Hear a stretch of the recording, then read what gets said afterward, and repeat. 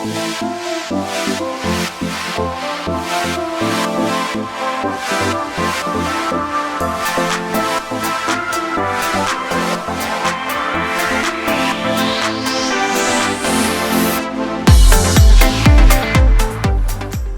Whitfield Lyons. I'm from Poterie in St.Andrew.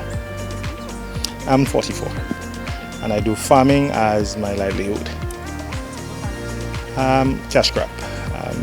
Cash crop vegetables. I love cantaloupes, watermelons, tomato, bell peppers. The area in which I farm, I think they do very well here. And I thought if I were to contemplate on that, then I could make a living out of it. I've been doing this for full-time 5 years, part-time about 8 years. It's a very, very lucrative business. Farming needs attention. If you cannot devote at least 6 hours per day per your crop, you're not making a lot of sense. So I thought if I were to quit what I was doing before, go into it full-time, it could be a very, very lucrative business. And it has been going well? Very well, very well. I can't complain at all. What would you say out of all the crops that you plant, which one would you say is your best crop? Watermelon, by far. There's always a high demand for watermelons. It does very well in sandy soil in which I farm on. And based on the variety you plant, matures very quick. So you can have a quick turnover from that and life can be easy for you. What is your best farming technique? I like using pen manure, and I want to encourage farmers as well. Go back into the old time way of farming. Get the pen manures, apply it to your soil, and you cannot go wrong. Where would you say your love for farming started, or when? Strangely, I was taught by a gentleman by the name of Isaac Bernard. Off and on, I used to go to his farm when I was much younger, and I've seen tomato grown from seedling into actual fruit. And from this stage on up until this point, I've loved to see things grow. I love to see things grow, and as a result, my love for farming would have started there. Funny enough, as a result of farming, I've grown to love children because seeing children grow. So I have this thing for farming, and so that rubs off on human beings. I love to see children as well. What is a farming day like for you from start to finish? That depends on what had to be done in the garden. There are times when I'd come at 6 in the morning. I'll take a break between 12 and 1, and by 2 at it again, and by 6 I'll finish. That depends on what had to be done in the garden. There are days when I'd come, I'll start at 7 in the morning, and by 10 I'm done for the day. So it depends on what had to be done. And days when it's the entire day, meaning you have to go through the sun, where you drink a lot of water, and there are days a few hours. So it depends on what had to be done in the garden.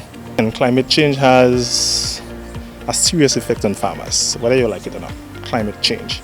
In the dry season, where there is hardly any rains, it means you use a lot more fluid for your pumps, gasoline, oil, etc. And again, if the tides are too high, based on where you're farming, you're unable to irrigate because you're going to irrigate or pumping salted water. In my case, I've experienced that not very long ago. There are persons who wants to farm, and based on where the farms are located there, they cannot irrigate as much as they would like or as well as they would like. So it has its advantage and disadvantage. So for me, the rainy seasons are no-no, meaning I have to kind of scale back my farming. I'm able to plant as much as I would like because some of my areas are flooded. In the dry season, if it doesn't have proper pump and it doesn't have a good water source, well, again, you're in trouble. So some of us as farmers now have to think which crop we must plant, when we must plant, where we must plant. So for us, this is always a learning and challenging experience for us. Apart from the drought, you have pretty loss in it. You cannot get away from that. I cannot say for me it's large scale, but I do experience it. What about your markets? Who do you supply to? I sell quite a lot of my produce to the market import. The volume in which I produce, I don't think there's any other entity that can absorb the amount that I'm growing. So the market import, I have a good thing going there too. So you have been doing this full time for 5 years. Is there anything specific you would say farming has taught you as a person? To be self-reliant. Eat what you grow what you eat. We're a small island, and I believe if we can grow a lot of the foods that we use, we can cut our input bill by a long way. So I want to encourage more for our local persons, young men, women, go into farming. It's very lucrative and we can feed ourselves. We don't have to depend so much on outside source having to feed us. Be prepared to invest and come up with a handsome capital. Not every crop that you grow will do very well. Prepare to to start over again, because farming is like that. Today you do very well, in a crop you do very well, the next 2 crops thereafter you may not do very well at all. So prepare to stick with it if you want to be in it. Strangely, it wasn't bad for me. As a matter of fact, the COVID would have opened up so much more markets for me, because I think what the Ministry of Health was advocating is what I was doing. Eat fresh fruits and vegetables. And that opens my market, because during the COVID period I had watermelon, I had cantaloupes, I had in abundance.